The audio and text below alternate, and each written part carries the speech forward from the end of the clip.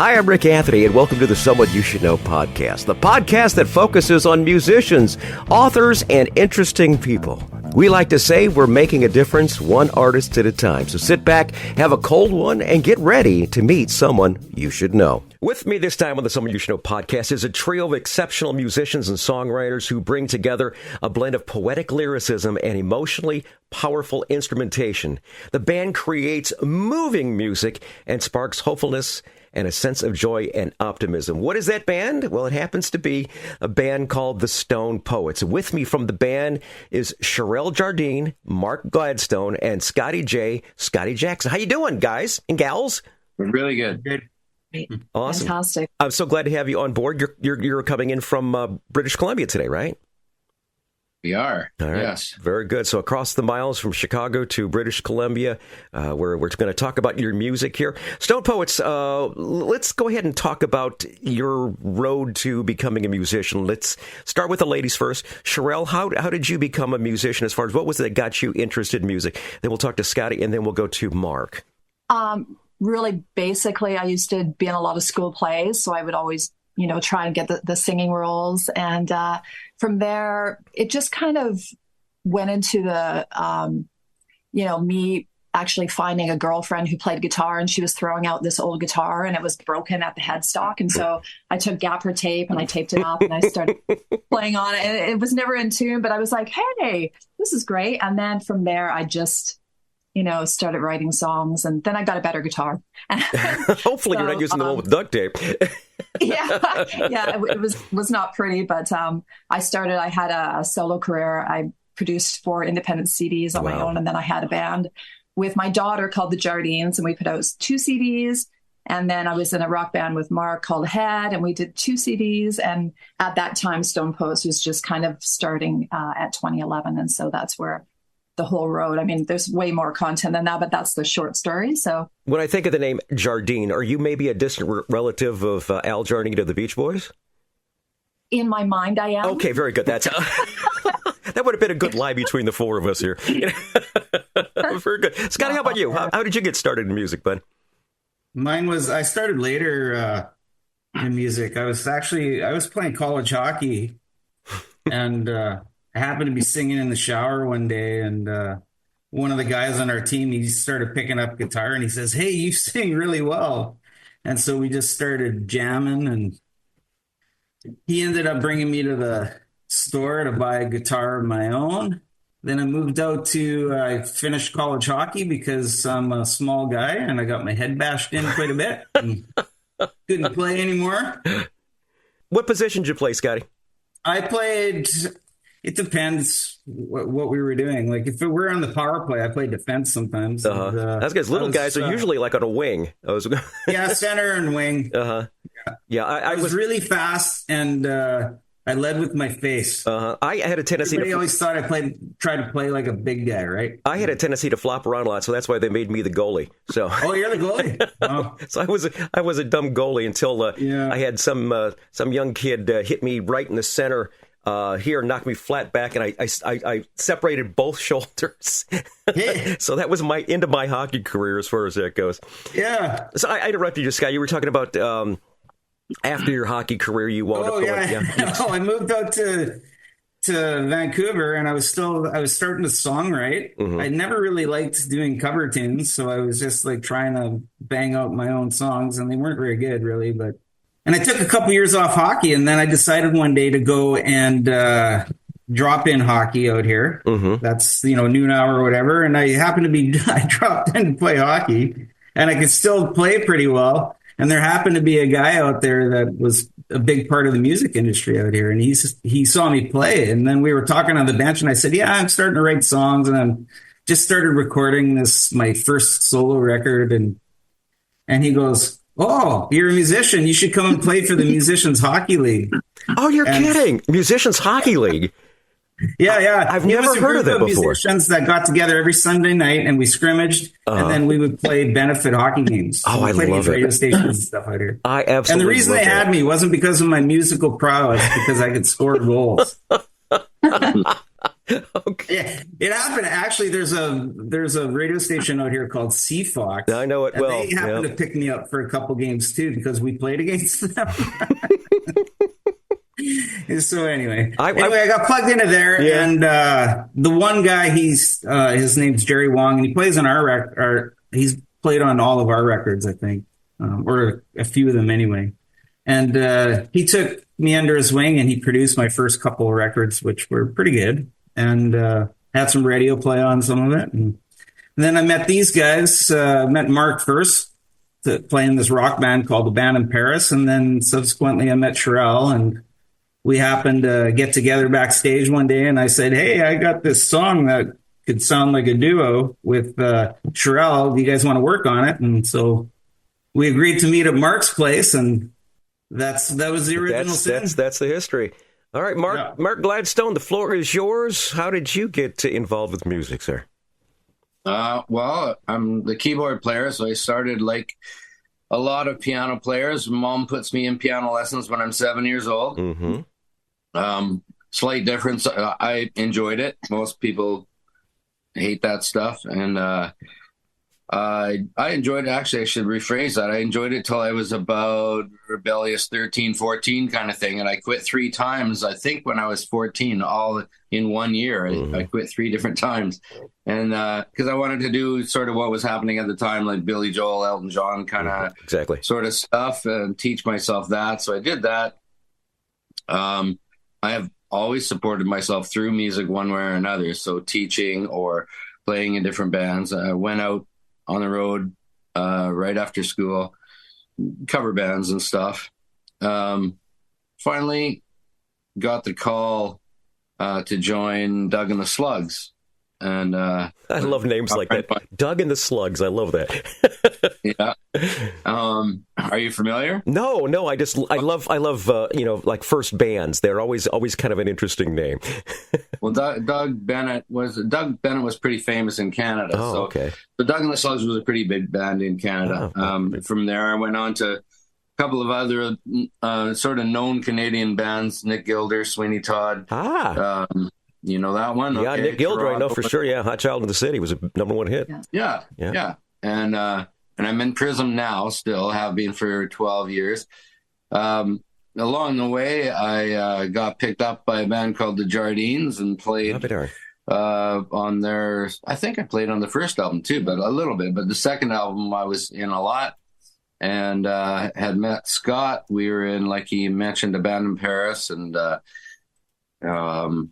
yeah, geez, I don't know. And then Head was a couple albums there, and that pretty much brings us up to Stone Poets. 5 albums with the Stone Poets now, and still playing, and a couple other still playing with obviously Stone Poets and Prism, and what else do I do? Peacenik Collective. Of course. Yeah, that name's gonna come up. Yeah, you're gonna like this. Because I remember playing "Don't Let Him Know" on the radio from Prism back in, I think it was only 81. I think song that crossed the line. Yeah, that song is pretty much the only song that crossed the line for Prism. That was a damn good song too. It's still one of my favorites, man. We still do it whenever we play. Yeah. Oh my God, that's wonderful. Well, it's always these strange things that you wind up bumping into people. It's like he played with such and such, and it's like, oh my gosh, I remember that. I just love this business because it's not what you know, it's who you know, and it's the way it always. I want to talk about the fact that you guys and gals formed in 2011. Since then, you've had a variety of projects. How has your music evolved from Trippin' on Daisies to your latest album, Human? Wow, that's a really heavy question. Do you guys want to grab that one? Well, sure, but I think the biggest change is probably lyrically, and that's not really my department, but I can still notice it. It's much more of a positive spin, I guess. We've always, when we first started, we were kind of like music from the other side of the tracks. Mm-hmm. Dark folk. That was kind of dark folk. We were talking about life, but it was life. Like, from the, not the dark side maybe, but just not, they called us folk, but to us folk is like singing about maple trees and stuff like that. And that wasn't us. We we would be singing just as much about adultery, maybe, or something like that. So that was the beginning of Stone Poets, and that's kind of evolved, I think, much more positive. Also, the name Peace Night Collective comes up into this too, just because it's a whole kind of a more global perspective. Cherelle always says, what do you always say? You're trying to change the world one song at a time, kind of thing. Yeah. That's exactly what we do as far as the podcast, introducing new musicians, authors, and interesting people, one person at a time or one guest at a time. And that's one of the reasons why I love to have you guys on the show, because I heard your music and it was like, I got to get this band on because it's very, very good. The album, the brand new album, is called Human. It is your 5th studio album. What can you tell us about the writing process of this? Who does the writing in the band? Is it just a collective of the three of you, or what? Yeah, I mean, Scott and I do the lyrics. Mark will have, a few opportunities to throw in a few ideas too, which is amazing. We love to work together, but Scott and I normally bring the song, to some kind of point where it's, maybe half, 3/4 done. And then we all sit down and put our spin on it as well. But lyrically, we're the lyric writers. Scott, are you a disciplined writer? Do you take the time to actually write, or does it just come wherever it comes? Yeah. Right here in behind me, I got a guitar at my office where I work in a day job. And so I throw down like ideas all the time, and they're like 2-minute long ideas. And I just kind of garble-de-goo lyrics. And then sometimes I find a punchline or something that hits me, and then I can work around that. Because you're usually my best Scott, do you ever have any moments, like, say, for instance, you're in a meeting and all of a sudden you get a lyric line, and it's like, oh, got to stop here a second, I got to write this down. It's interesting you say that, because there's a song on the album called Way Down, and I get it's probably been kicking around for 15 years, I guess. I didn't realize that, but I opened my notes in one of my notebooks, and I was at a conference in San Diego at the Autism Institute, and I was watching these folks up on the stage talking about their experience with their sensory processing and stuff, which was just fascinating to me. It actually changed me to practice in a big way. And we won't talk about my job because it's big. Okay. Stuff. But I'm going through this thing, and I look, and most of the lyrics that are on that are on this page. It's like, whoa. I love stories like that. This is huge. Yeah. So, but a lot of times, like, I get on my bike, or I used to go running quite a bit, and I get my headphones in with the song going. Yeah. And when my physical is going on, and I get those big dopamine hits and stuff, and that's when some ideas just burst. And for Beauty of It All, this last one, that song's been kicking around for a long time with no bridge. And I was on my bike, and I wrote the bridge. And it was just it just fit perfect. Awesome. For many years, for 19 years, I worked for the All-Star Radio Network, and I wrote comedy. And I always made it a point, because I'd usually wake up with something, or I might be sitting on the throne, or I might be sitting in the bathtub. I always had a notepad nearby, because when it hits, it's like, I got to write this down. And that just it, because there's so many great things. There was one comedian who said that he used to keep his notepad near the bed, but one morning he woke up and he had a great idea, but that he had to convince himself that it wasn't that great so he can go back to sleep. So that does happen, definitely. I know for myself, the iPhone is my godsend, because I'll be somewhere and I'll be like, oh, I got to sing this line in, and with me, with the lyrics, I usually sit down and write the whole thing out at once. Yeah. I don't kind of piecemeal it. So, and it happens musically as well as lyrically. Scott will want me to tell this story. So I quite often dream parts of songs, and then wake me up. And if I don't go down and figure it out, or write it out, or sing it into my phone, if I don't do that, I go back to sleep. It's gone. For some reason or other, the rhythm is different or something. I can't get back to where I was anyway. So one morning I had this idea for a line in a song, this sort of the theme of the song. And I came down and figured it out on the piano. And that became the first line that you would hear in the song Carousel, if you played that, but it's kind of a, I don't know, what would you say, Celtic influence kind of a line? Yeah. Wow. So that whole line, I mean, it's like, I don't know, it's a whole theme, probably takes 15 seconds of the song, just came to me when I woke up. Well, and so we live together, and I hear that, and then I steal the idea, and then I make the rest of the song. I love that. I love that. Awesome. Now, the first song from Hugh we're going to feature is called The Great Divide. Who wants to tell me the backstory on this particular song? I will tell you. So it was my idea to write a song called The Great Divide. And it was influenced by the political turmoil that's happening in the States, which we won't get to go into. But we went down to Nashville and we had a writing session with Leanne and Daryl Burgess. And sadly, Leanne is no longer with us, but at least she got to hear the end of the song fully produced, which was amazing. But the idea was basically just that, you know, people need to start coming together and to talking about our differences and to try and make it work, because it's not working right now with everybody so divided. And so I think we did a fantastic job in kind of telling that story in the song. Awesome. To meet in the middle. Yeah, meet in the middle. I mean, there's some things that you just can't meet in the middle on, obviously, but there's a lot that we can. All right, very good. Let's play it right now. The Great Divide from Cherelle, Marc, and Scotty, the Stone Poets, right here on the Someone You Should Know podcast.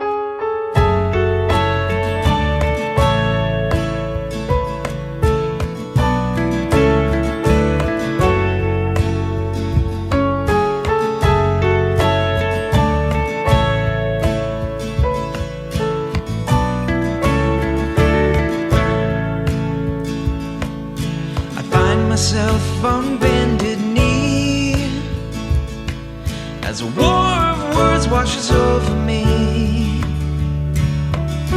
How did the river get deep and wide? When did we dig this great divide?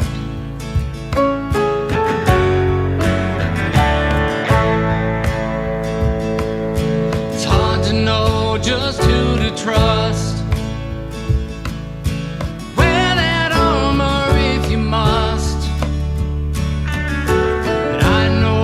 Where there ain't no sides. It's right in the middle of the great divide.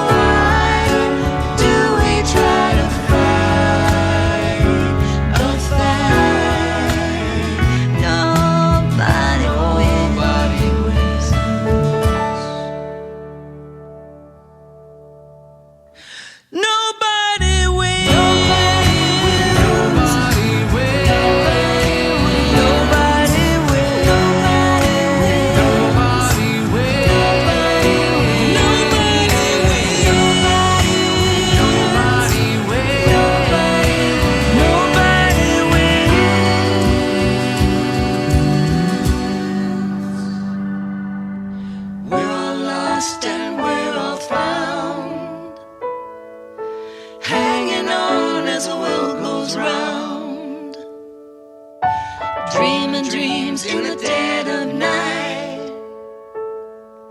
We'll all wake up in the great divide. One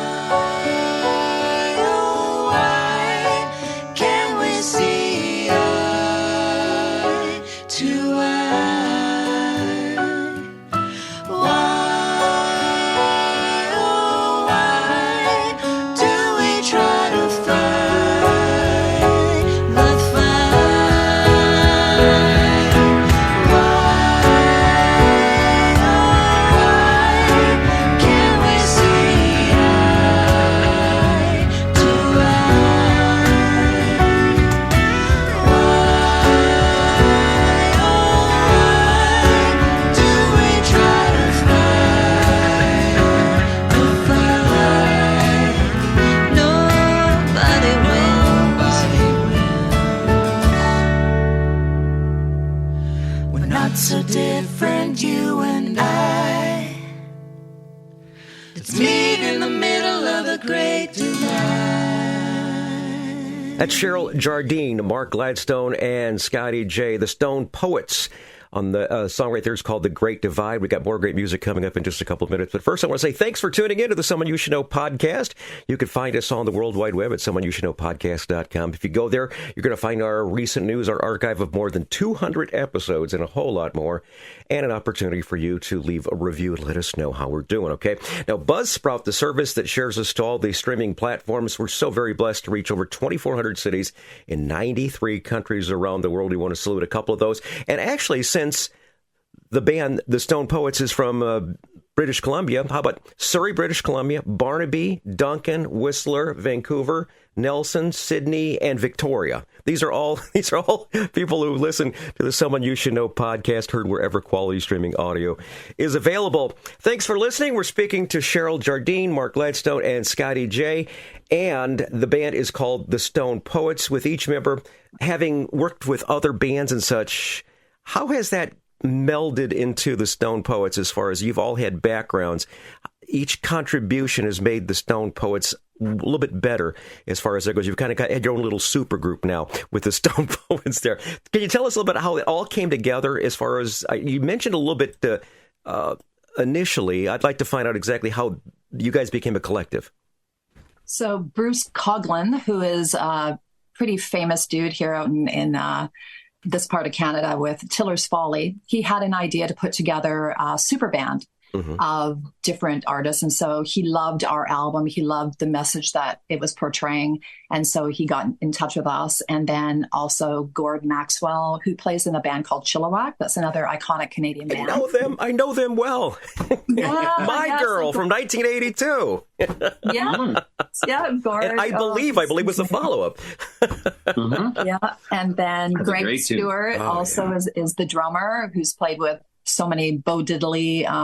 Just I can't think right off the top of my head, but an amazing musician as well. So we did one concert that was shown all over the world, and from there we just became this collective of singing songs that we all do from our body of work and put it together into this amazing band, and we're having a lot of fun with it. I love that you're dropping names that I just know, and it's like, this is so great because the music that you're mentioning is still fabulous. Here it is. That came out in the 80s. Yeah, Prism was, 81, I believe? Band started in 78. 78, yeah, but as far as I think that song came out in like 81. But the music still sounds good today. And that's just it. I could put it on my iPod and go, hey, this sounds great. This still sounds great. The next cut we're going to feature is actually the title cut from Human. Who wants to handle the backstory on Human, the actual song? So that's another one that lyrically I wrote most of it. And just the idea, once again, that there's so much pressure on us to be perfect, I think, especially in, these times, what's going on right now in the world. And at the end of the day, we just have to do the best that we can with, what we know, who we are. And just, we're only human. Like, we're going to make mistakes, but, we have to maybe forgive ourselves a little bit, but also try and be the best that we can be for humanity. I think one of the biggest problems we do is we are so hypercritical about ourselves, the way we look, the way we act, the way we sound. And we got to be a little easier on ourselves. We are human. We are all human. And we're going to go ahead and play that track right now. The title cut from the album Human, from our guests, the Stone Poets, right here on the Someone You Should Know podcast.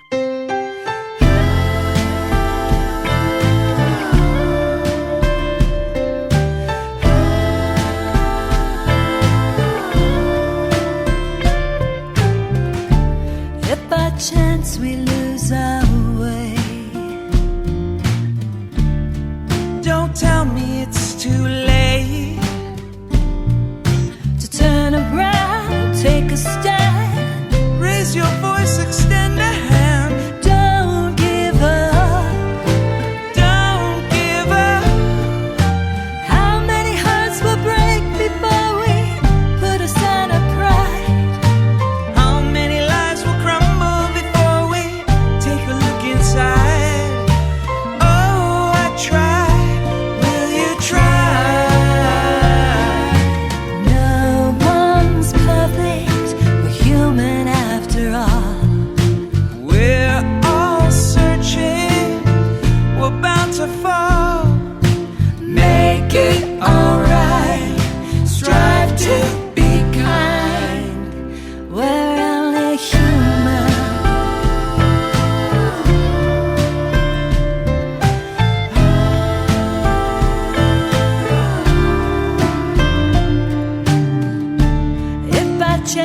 ends, all hell breaks. Promise me you'll keep the faith. Open hearts, open mind, open arms, open wide. Don't give up, don't give up. How many hearts will break before we put aside our pride? How many lives will crumble before we take a look inside? Oh, I try, will you try? No one's perfect, we're human after all. We're all searching, we're bound to fall. Make it alright, strive to be kind. I'll believe if you believe. We can fly together, you and I. Anything is possible.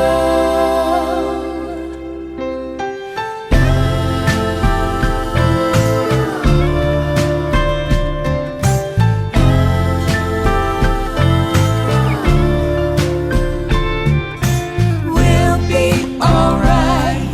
Strive to be kind. Breathe in the light. Simply divine. We're only human. From the album Human, that is the title track from the Stone Poets. They are our guests this time on the Someone You Should Know podcast. This next feature happens to be one of my favorites since you've all played out and you've all played with other bands and such. There's obviously one of these that has happened at some point in your career. It's called Tales from the Road. These are those infamous road stories where things didn't go quite as planned. Kind of think of the movie Spinal Tap. What would you say? Who wants to take this one? Scott? Mark. Mark's got one, it looks like. know. Okay. For Mark? the road in Stone Poets. Oh, and Stone right? Poets Yeah. Road. Oh, God. Okay. Okay, so Oakland is let's say a predominantly R&B type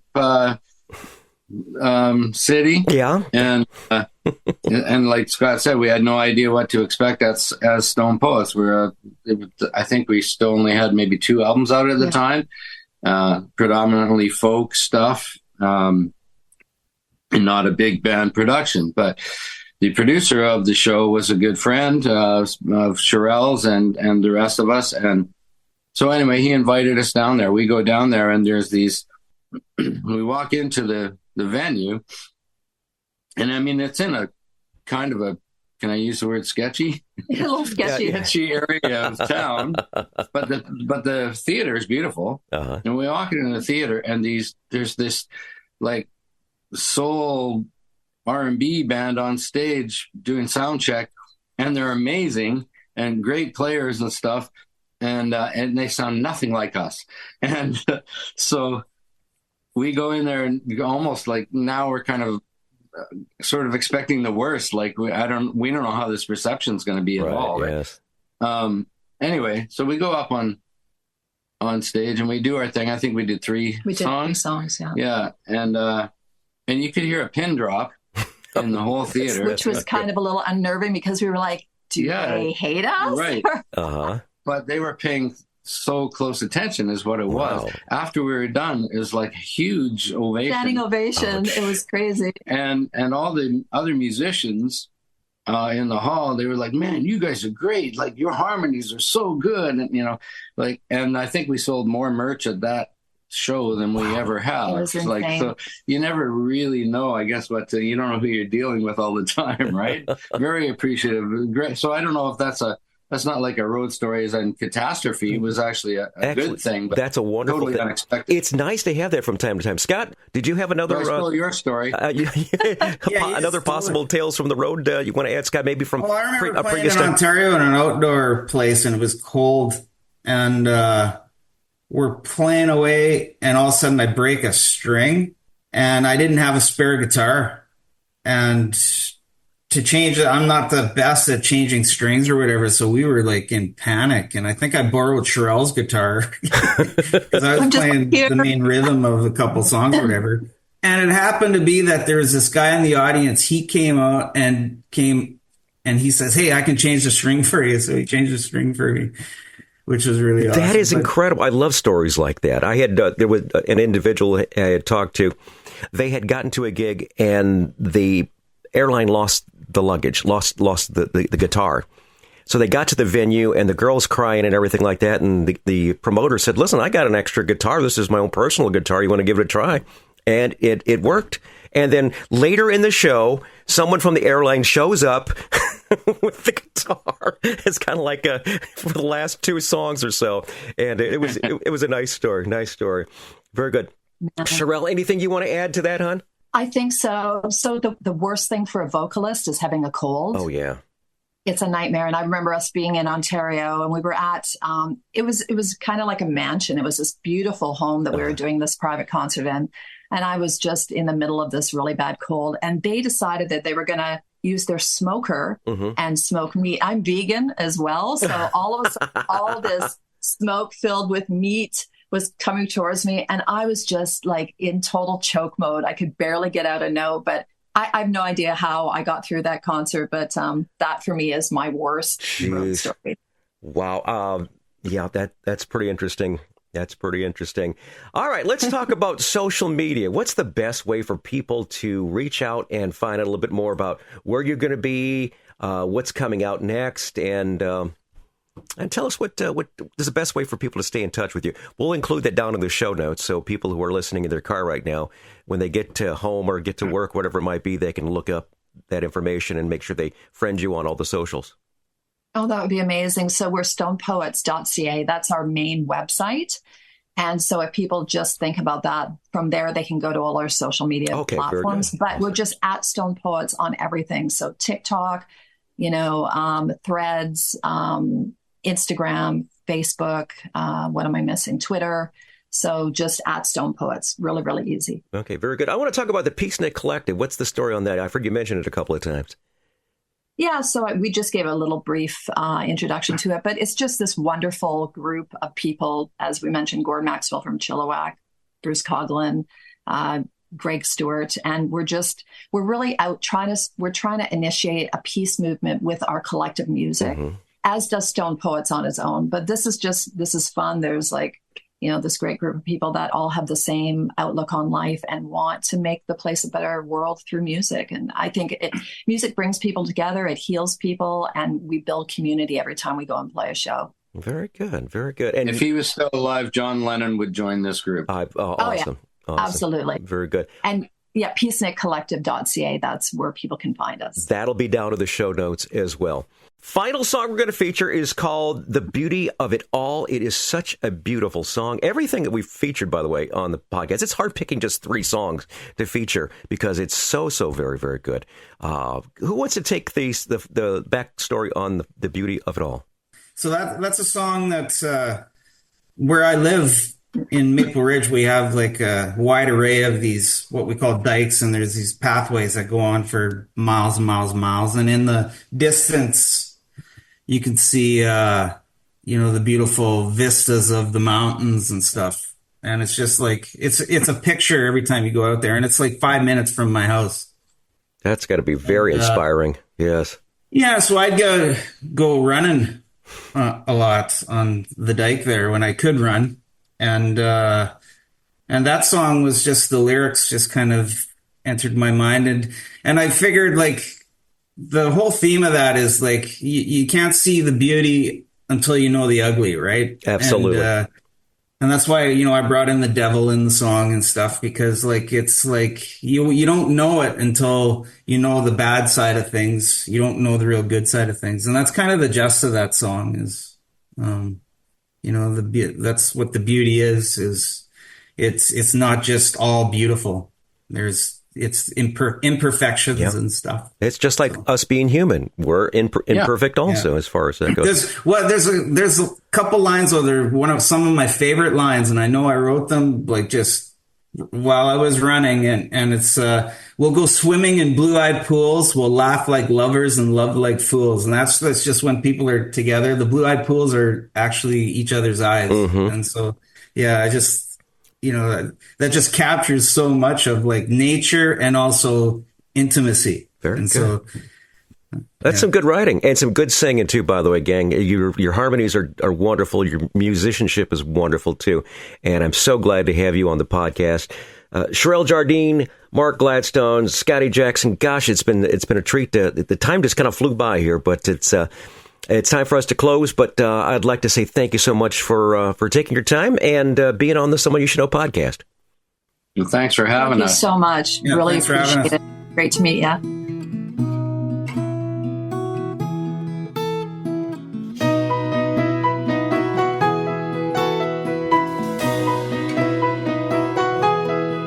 When you walk, you should walk proud. When you sing, you should sing it out loud. 'Cause there's a place that bears no name, where our differences make us the same, where we get up from the place where we fall. It's in the beauty of it all.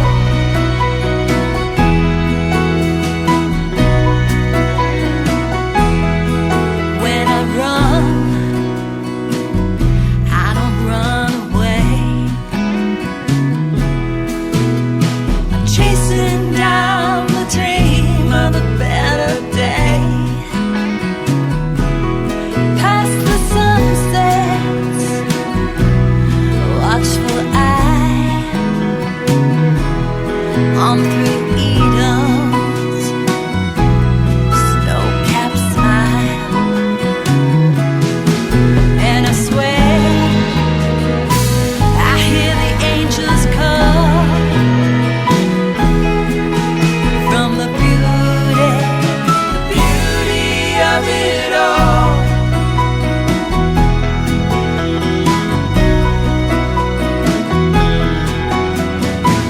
Your beauty's not your painted eyes. beauty's not your golden skin. Beauty is a light divine. It's something found somewhere within.